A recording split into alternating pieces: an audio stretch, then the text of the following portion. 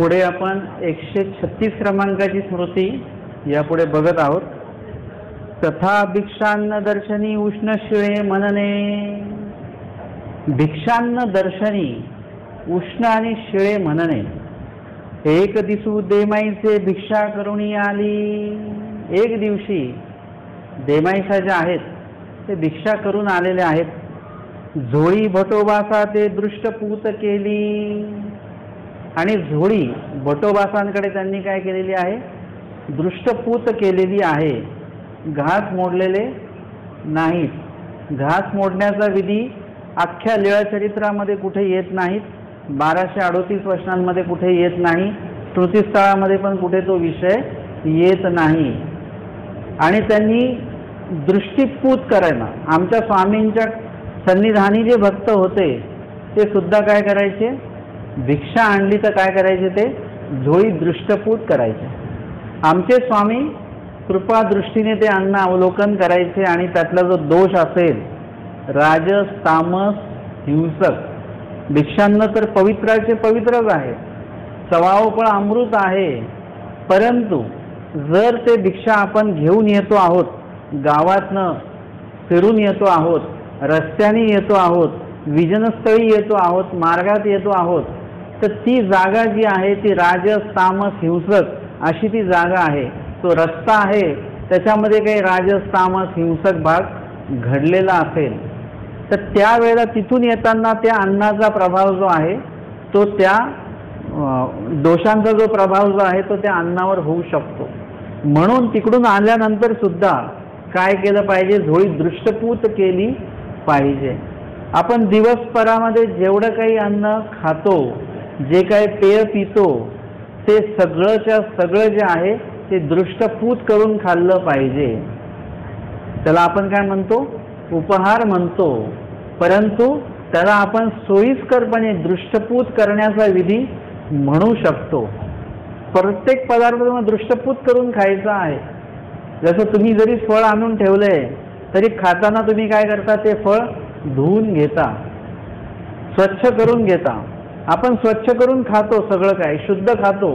परंतु जे खातो ते पवित्र नसतं. शुद्ध असतं पण ते पवित्र मात्र नसतं. दृष्टपूत करण्याचा जो विधी आहे तो काय आहे? पदार्थ पवित्र करण्याचा तो भाग आहे. आपल्या डोक्यामध्ये काय आहे की देवाला खाऊ घालतो आपण. मुळात म्हणजे उपहार म्हणजे देवाला खाऊ घालणे नाही. परंतु देवाच्या ठिकाणी आम्हाला प्रत्यक्षपणे देवाला ज्यांनी ज्यांनी भोजन वगैरे आरोगणा दिलेली आहे असा योग आम्हालाही यावा अशी प्रार्थना तुम्ही त्याच्यामध्ये करायची आहे. परंतु आत्ता जे तुम्ही भोजन देताय ते भोजन म्हणजे देवाला खाऊ घालणे नव्हे. आता सांगा बरं, दृष्टपूत करणे म्हणजे काय आहे? स्वामींना खाऊ घालणे का? ते दृष्टपूत का करतात? हे पवित्र करून घ्यायचं आहे. लीळाचरित्रातनं समजलं आपल्याला विषय. कुणीही स्वामींना त्याच्यातनं अन्न खाऊ घालत नाहीये, फक्त दृष्टपूत केलं जात आहे. आणि बाईसांकडे कधी कधी झोळी दिल्या जाते. त्यात एखादा पदार्थ चांगला असेल, बाईसा बघतील तो आणि स्वामींसाठी वेगळा काढतील. म्हणजे घास मोडण्याचा विधी तर कुठे नाहीच आहे, पण देवाला खाऊ घालण्याचा विधी सुद्धा त्याच्यामध्ये नाही आहे. दृष्टपूत करण्यामध्ये बोलतोय मी. नंतर ते स्वामींना ते देत आहेत तो भाग वेगळा. आणि ते पण नेहमी नाही आहे. कधी कधी त्या झोळीमध्ये चांगला पदार्थ असेल तरच बाईचा निवडतील स्वामींसाठी, स्वामींच्या योग्य असेल तेव्हा. मग इथे दृष्टपूत करणे म्हणजे पवित्र करून घेणे. तुम्ही दिवसभरामध्ये जेव्हाही पाणी पित असाल, आपण जे एक डोक्यात धरून ठेवलं की 12 वाजताच उपहार दाखवला पाहिजे, याला सुद्धा कुठे प्रमाण नाही की खानदेशमध्ये लोक 9 वाजता जेवतात. कुणी आहे का खानदेशी इथे? सकाळी 9ला जेवतात खानदेशमध्ये. मग ते उपहार किती वाजता दाखवतात? किती वाजता दाखवत असतील? 8:30 म्हणजे 9च्या आधीच दाखवत असतील की नाही? तिकडे 12 वाजता उपहार नसतो. मग आता 12चं प्रमाण आहे का? तर खानदेशवाल्यांसाठी वेगळं वचन आहे काही? संध्याकाळी 5ला ते लोक जेवतात. संध्याकाळचं जेवण 5ला, सकाळचं जेवण 9ला, मधल्या काळात काहीच नाही.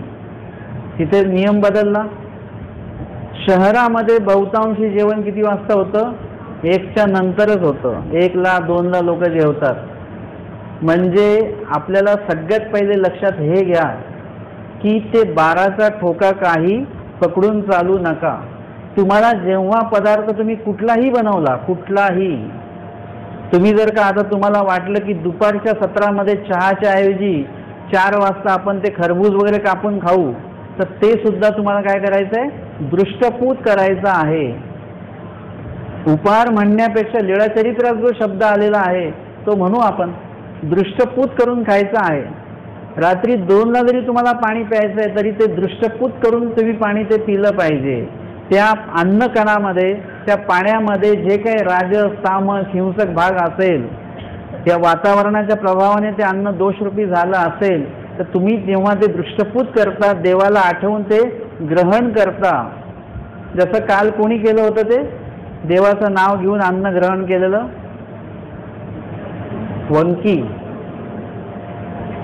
वंकी होते. ते अन्न ग्रहण करताना देवाचं नाव आणि भोजनी, म्हणजे फक्त भोजन सुरुवातीलाच नाही, पूर्ण भोजन होईपर्यंत नाम स्मरण, नाव घेत घेतच जेवलं पाहिजे, देवाला आठवत आठवत.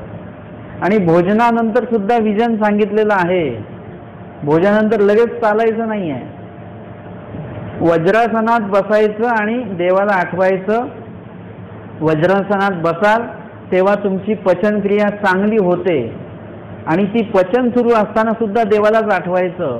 म्हणजे त्याच्यातनं जी सप्तधातूंची निर्मिती होणार आहे ती सुद्धा कशी होणार आहे?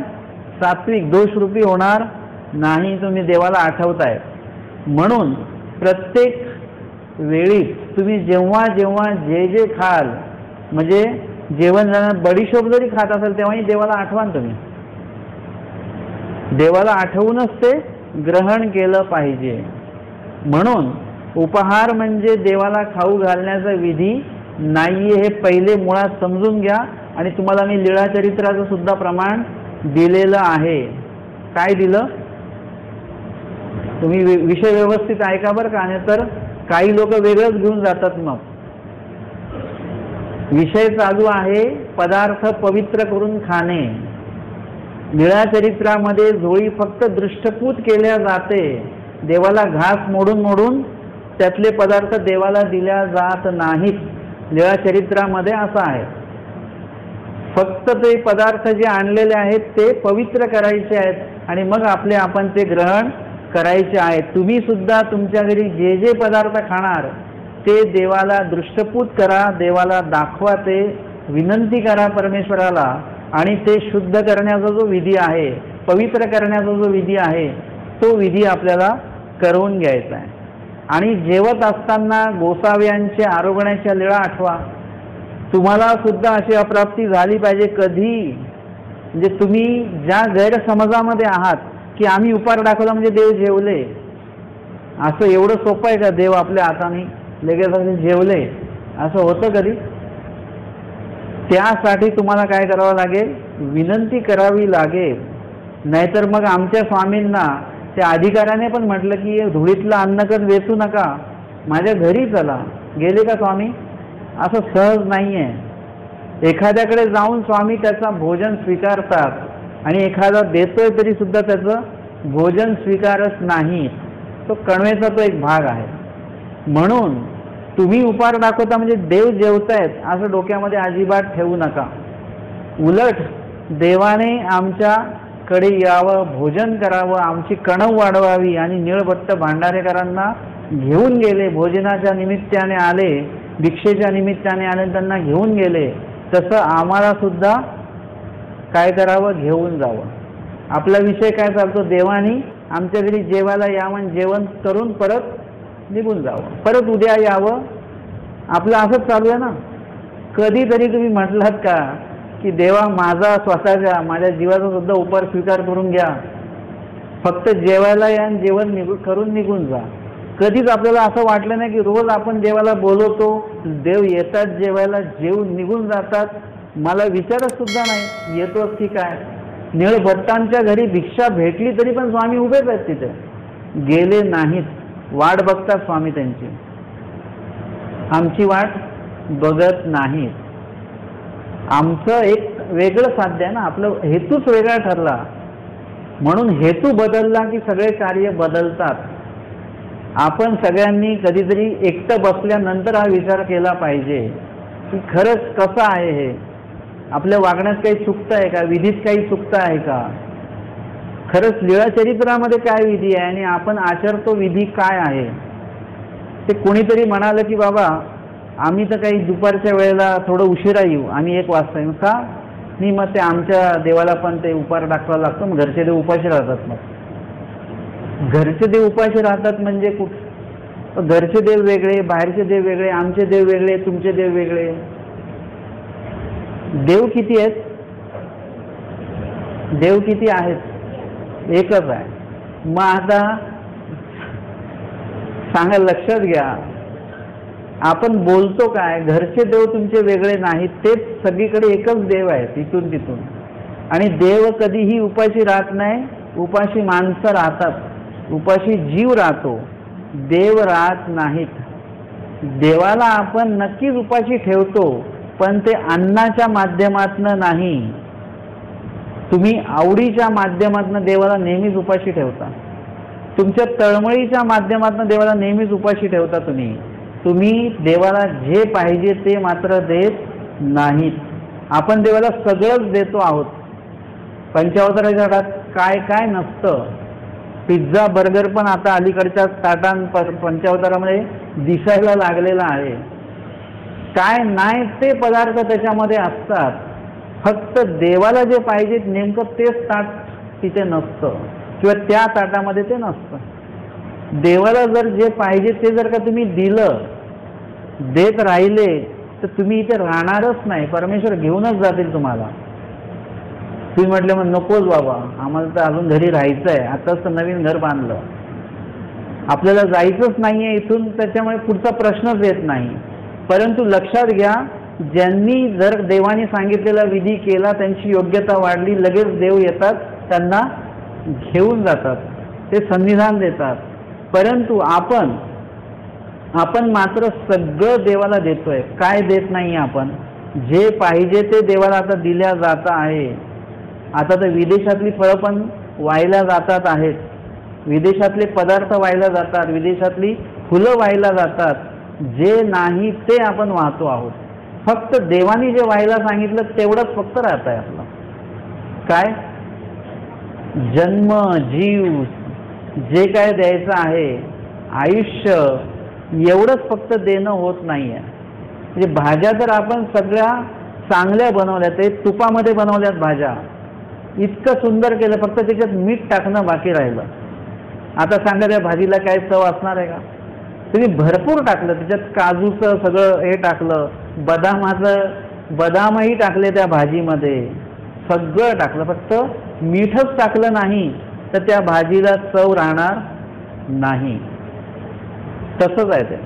आपण सगळं ठेवतो, आपण तेवढाच भाग जो ठेवला पाहिजे तो आपण ठेवत नाहीत. देव दृष्टपूत करतील, पदार्थ तर देवाने दृष्टपूत केलेच पाहिजेत, परंतु आपल्या जीव स्वरूपाला पण देवाने दृष्टपूत केले पाहिजे.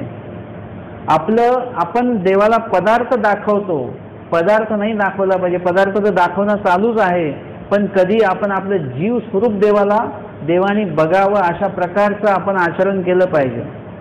जीव स्वरूप जे आहे ते कृपा दृष्टीने देवाने दृष्टपूत करावं, असा प्रकार काहीतरी घडला पाहिजे. अन्न तर आपण दाखवतोच आहे, रोजच चालू आहे, परंतु काहीतरी वेगळं पण आपल्या आयुष्यामध्ये घडलं पाहिजे. म्हणून देवाला दृष्टपूत करा, नुसतेच पदार्थ नका करू. स्वतः तुम्हाला सुद्धा देवाने दृष्टपूत केलं पाहिजे. पदार्थ जर का पवित्र होतात, मग आपण अपवित्र का आहोत? आपण सुद्धा तर पवित्र झालं पाहिजे ना. मग आपण पवित्र कधी होऊ? जेव्हा परमेश्वर आपल्याला बघतील, अवलोकन करतील, तेव्हाच आपण पवित्र होणार आहोत. आणि म्हणून इथे देमाईसांनी ती दीक्षा करून आलेले आहेत आणि झोळी भटोबासा ते दृष्टपूत केली. झोळी भटोबासांपुढे त्यांनी दृष्टपूत केलेली आहे. भटोबासी झोळी ऐसी पाहिली, भटोबासांनी झोळी पाहिली, बघितलं. आता जेव्हा अधिकरणांना झोळी दृष्टपूत केल्या जाते, तेव्हा अधिकरणांच्या बघण्याने ती जोळी पवित्र होत नाही किंवा भिक्षांना पवित्र होत नसतं. त्यांना आपण जी जोळी दृष्टपूत करतो ते का करतो की ते तुमची जोळीला हात लावून देवाला विनंती करतात, म्हणजे ते स्वामींना परमेश्वराला विनंती करत असतात आणि तुम्ही स्वतः सुद्धा देवाला विनंती करत असता. त्या माध्यमातनं ते अन्न पवित्र होत आहे. आता भटोबासांनी जोळी दृष्टपूत केली परंतु पदार्थ पण बघितले. कधी कधी म्हणजे जे कोणी अधिकरण आहेत, जे कोणी अधिकार्य जे आहेत त्यांच्या जवळ, ते अधिकार्यांचं आचरण त्यांना बघावं लागतं. एकदा दुष्काळ पडलेला होता आणि दुष्काळ पडलेला असताना भिक्षा मिळत नव्हती. जे एक भाकरी मिळावी तिथे तत्पर तुकडाच भाकरी मिळायची. मग हे भटोबासांच्या लक्षात येऊ नये म्हणून ते काय करायचे, खाली अशा त्या झोळीमध्ये चिंध्या चिंध्या टाकायचे आणि त्याच्यावरच ते अन्न भाकरी जेवढी मिळाली ती ठेवायचे, म्हणजे जेणेकरून वाटावं की झोळी भरलेली आहे. परंतु आचार्यांचे जे लक्षात आलं, त्यांनी ती झोळीला खालून हात लावलं तर झोळी कशी वाटली, अन्न असते तर जर वाटली असती, एकदम हलकी लागली. बघितलं तर आतमध्ये काय आहेत, शिंद्या आहेत, फक्त वरच फक्त भाकरी आहे. म्हणजे भटोबासांना असं लक्ष ठेवावं लागायचं. जे नेतृत्व करतात त्यांना त्यांच्या अधिकाऱ्यांवर लक्ष ठेवावं लागेल की ते कसं आचरण करतायत, काय आचरण करत आहेत. आणि भटोबासांनी ते अन्न पाहिलं तेव्हा अर्ध ऊन अर्ध शिळे, त्याच्यामध्ये निम्म अन्न कसं होतं, ऊन म्हणजे गरम होतं म्हणजे ताजं होतं, आणि निम्म अन्न कसं होतं, शिळे अन्न होतं. आईची भिक्षा आली असे, अशा प्रकारची भिक्षा त्यांना आलेली होती. भिक्षा जेव्हा घेतल्या जाते तेव्हा त्याच्यामध्ये सगळे चांगले पदार्थ येतील असं नाही. कधी भाजी असेल ती येणारच नाही, सगळे भाकरीच वाढतील असं सुद्धा होईल. आमचे स्वामी सांगतात असं झालं तर शेवटच्या घरी काय करायचं, आबजवायचं, त्यांना सांगायचं की भाकरी नको थोडी भाजी असेल तर द्या. परंतु शेवटच्या घरी जर का नाही मिळालं तर काय करायचं, नादर खुंट गिळीजे, गप्प राहायचं, म्हणजे ते ग्रहण करायचं, जे मिळालं ते पात्री पडीले भोजन कीजे. आता या ठिकाणी त्यांना काय झालेलं आहे, तशा प्रकारे भिक्षा आलेली आहे, शिळं आणि ताजं. म्हणजे भिक्षेमध्ये काहीही येऊ शकतं. सणवार असेल तर चांगले पदार्थ येतील, नसेल तर ताजेच येतील पदार्थ. पण एखाद्या वेळेस कोणीतरी असेल तर ते काय करेल, शिळं अन्न सुद्धा तो वाढू शकतो. विटलेलं अन्न सुद्धा ती व्यक्ती, एखादी व्यक्ती वाढू शकते. म्हणून आमच्या स्वामींनी काय सांगितलेलं आहे की मिरसे विरसे अन्ने सेवी जेती. कधी कधी वाढलेलं अन्न ताजंच आहे, परंतु संध्याकाळपर्यंत उन्हाळ्याची वेळ असेल तर ती भाजी काय होणार आहे, विटणार आहे. मग काय होईल, विटणार असेल तर मग विटली पण मग आता ती फेकायची का, नाही, फेकायची नाही. आम्ही संवत्सरला होतो, भाजी जर का विटली, उन्हाळ्याच्या काळामध्ये संध्याकाळपर्यंत भाजी विटायची. भाजी जर का विटली तर काय व्हायचं, त्याचे सकाळी धपाटे बनवून यायचे. म्हणजे ती विटलेली भाजी पिठामध्ये कालवून वगैरे पीठ तसं मळून त्याचे धपाटे बनायचे. ती भाजी फेकल्या जात नव्हती. विशेषता अशी होती की आम्ही ते जे काही पदार्थ आले ते आम्हाला कळायचं पण विटलेले आहेत, परंतु त्याची एक चव वेगळी लागायची. सगळेजण ते हे असायचं की आम्हाला पाहिजे आम्हाला पाहिजे. म्हणजे असं नाही आहे की विटलेले म्हणून आम्हाला ते आचार करायचा म्हणून आम्ही ते खातोय, असं नाही. त्याची चव एक वेगळीच असायची. विटलेलं असून समजून सुद्धा बघा ना, पदार्थ विटला समजला की आपण ताटाच्या बाहेर ठेवतो त्याला लगेच. पण इथे आम्ही ताटामध्ये तो घ्यायचो, सगळेजण खायचे आवडीने. असं कुणीच म्हणायचं नाही की विटलेलं यायचं आम्हाला नाही खायचं. अर्थात सांगायचं उद्दिष्ट असं आहे की ते पदार्थ फेकल्या जात नाहीत, होता होय ते पूर्ण शेवटच्या टप्प्यापर्यंत ते उपयोगी आणल्या जातात. आजही मार्गामध्ये चपातीचे म्हणजे चपात्या जास्त शिल्लक असतील त्याचे कोरके असतात, भाकऱ्या जास्त शिल्लक असतील त्याचे सुद्धा कोरके बनवल्या जातात. भाकऱ्या त्या वाळवून वगैरे जतन केल्या जातात आणि त्याचे कोरके बनवल्या जातात आणि ते उपयोगी नेल्या जातात. म्हणजे कधी कधी मार्गाचा एक वेळचा नाश्ता त्याच्यामध्ये होऊन जातो. इतकं अन्नाचं जतन पंथामध्ये केलं जातं. आणि अशा पद्धतीने त्या ठिकाणी त्यांना जे अन्न आलेलं होतं अर्ध शिळं अर्ध ताजं, आणि ते बघून भटोबास म्हणतात, देमाई ऊनवेची शिळे ठेवी. आता देमाईसा ज्या होत्या त्या थोड्याशा म्हणजे जे काय बोलतात त्याला आता, की काही लोक जे असतात त्यांना शिळं पाकं सगळं खाण्याची सवय असते. ग्रस्तांच्यामध्ये पण असं नसतं, काही ग्रस्तांना शिळं खाण्याची अजिबात हे नसतं, त्यांना ताजंच लागतं. शिळं असेल तर ते कोणाला ते देऊन टाकतात, पण ताजं खाताना ताजंच खाणार ते, त्यांना शिळं खाल्लं की त्रास होतो. तर देमाईसा ज्या होत्या या थोड्याशा कशा होत्या, त्या थोड्या चांगल्या परिस्थितीतल्या होत्या, त्यांना असं शिळं अन्न खाण्याची सवय नव्हती. म्हणून आचार्य त्यांना काय सांगतात, तुम्ही काय करा, आता जेवताना ताजं अन्न खाऊन घ्या, शिळं अन्न हे बाजूला ठेवा, ते संध्याकाळी खा. तुम्ही शिळं अन्न खाणारच आहात, आत्ताही खाल्लं तरी खाणारच आहात आणि संध्याकाळी खाल्लं तरी खाणारच आहात. शिळे ते आता शिळे तैसे उद्या शिळे, म्हणजे ताजं ते आत्ता ताजंच राहणार आहे, पण शिळं जे आहे ते आत्ताही शिळच आहे, संध्याकाळी पण शिळच राहणार आणि उद्या सुद्धा ते शिळच राहणार आहे. म्हणजे ते शिळं पदार्थ कधी जरी खाल्लं तरी ते शिळच राहणार आहे. परंतु ताजा पदार्थ जर का आत्ता नाही खाल्ला तर तो संध्याकाळपर्यंत शिळा होईल. आणि म्हणून त्यांना काय सांगितलं जातं, तुम्ही ताजं खा. थोडा थोडा काय असतो, अनधिकार पण प्रत्येकामध्ये असतो. प्रत्येक जण काही प्रत्येक पदार्थ खाऊ शकत नाही. तुम्ही म्हटले की बाबा नाही, की बाबा तुम्ही ही भाकरी खा, बाजरीची भाकरी खा, तर सगळ्यांना बाजरीची भाकरी त्यांच्या प्रकृतीच्या अनुरूप चालत नाही, काहींना त्रास होतोच होतो. एखादी व्यक्ती दही खाते पण प्रत्येकाला दही नाही चालत, काहींना त्याच्याने ऍसिडिटीचा त्रास होतोच होतो. त्यांचा तो प्रकृतीजन्य तो हे असतो, दोष असतो, त्यांना तो पदार्थ चालतच नाही असं होतं. म्हणून प्रत्येकाच्या अधिकाराच्या अनुरूप, म्हणजे हे जे काही भोजनाचं जे काही स्वभाव मात्रे करत असताना जे कोणी व्यक्ती आपल्या सोबत पाहिजेत ते का असले पाहिजेत अधिकारणं, ते तुमच्या पूर्ण विधी आचरणाचं परीक्षण करत असतात. तुम्हाला काय चालतं काय नाही चालतं हे सगळं बघत असतात. आणि त्यावेळेला त्याला कुठला पदार्थ चालेल नाही चालेल, अर्थातच देमाईसा आता नवीन आहेत म्हणून त्यांना ही सूट आहे. परंतु हळूहळू काय होणार आहे, भटोबास त्यांना शिळं अन्न खायची सवय लावणार. नव्हे तर ते स्वतः सुद्धा तिशी सवय करून घेतील आणि हळूहळू त्यांना, जसं मी स्वतः होतो, संध्याकाळचा चहा नाही भेटला की माझं डोकं दुखायचं, पण जेव्हा मी मार्गात आलो तेव्हा मार्गामध्ये संध्याकाळी चहा असायची, पण कधी भेटायची कधी नाही भेटायची. आणि हळूहळू काय झालं की पहिले काही दिवस डोकं दुखलं, नंतर हळूहळू चहा बंदच केला मी. आता तो अनधिकार राहिला नाही, आता माझं काही डोकं दुखत नाही, चाय नाही भेटला तरी, म्हणजे त्याच काळामध्ये तो सवय झाली, लगेच तो अनधिकार गेला. पण जोपर्यंत होता तोपर्यंत थोडं थोडं तरी घ्यावाच लागायचं. तसं तुमचा जो अनधिकार आहे, अधिकार आहे, हे सगळ्या कक्षा ओळखूनच तुम्हाला आहार जो आहे तो घ्यायचा आहे.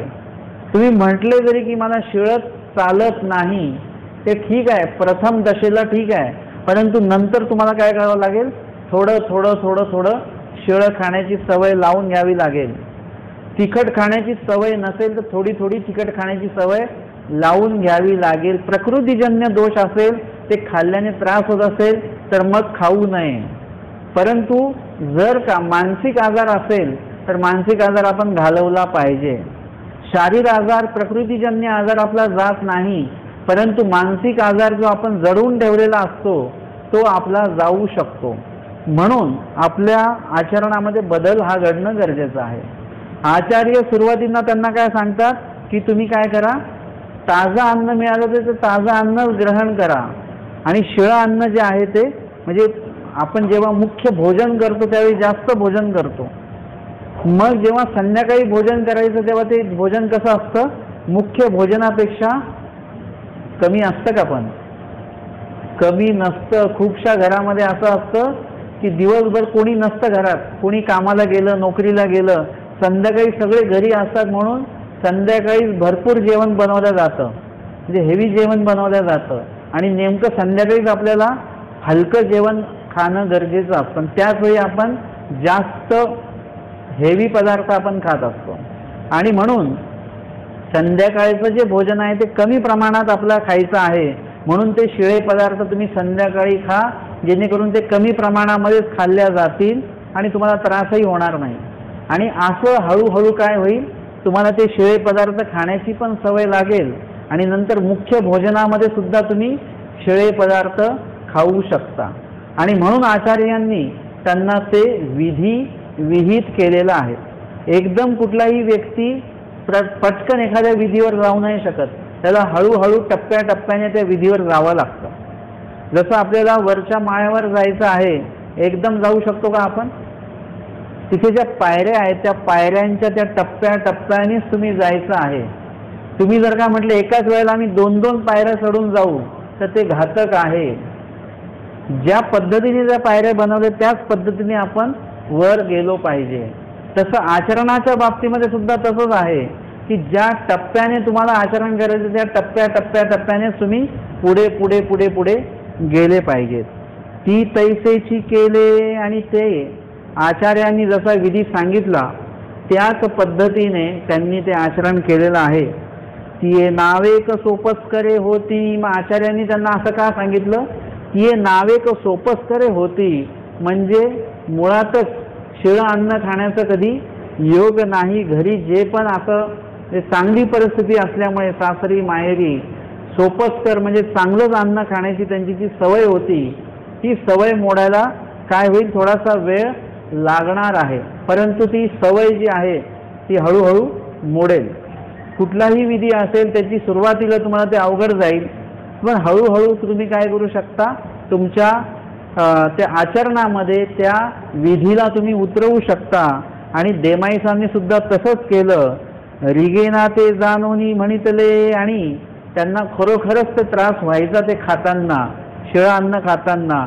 तो त्रास आचार्यांनी जाणला होता आणि तो जाणूनच आचार्यांनी त्यांना असा थोडंसं सोयीस्कर विधी त्यांना सांगितला. आणि भविष्य काळामध्ये त्यांनी त्यांच्या त्या अनधिकारामध्ये बदल केलाच असेल देमाईसांनी सुद्धा, आणि व्यवस्थितपणे शिळं अन्न खाण्याचा सुद्धा अधिकार त्यांनी काय केला असेल, पुढच्या टप्प्यामध्ये कमावला असेल आणि शिळं पाकं अन्न ते ग्रहण नंतरच्या काळात करतही असतील. असं या आजच्या 136व्या क्रमांकाच्या स्मृतीमध्ये आपण हे श्रवण आणि चिंतन केलेलं आहे. दंडवत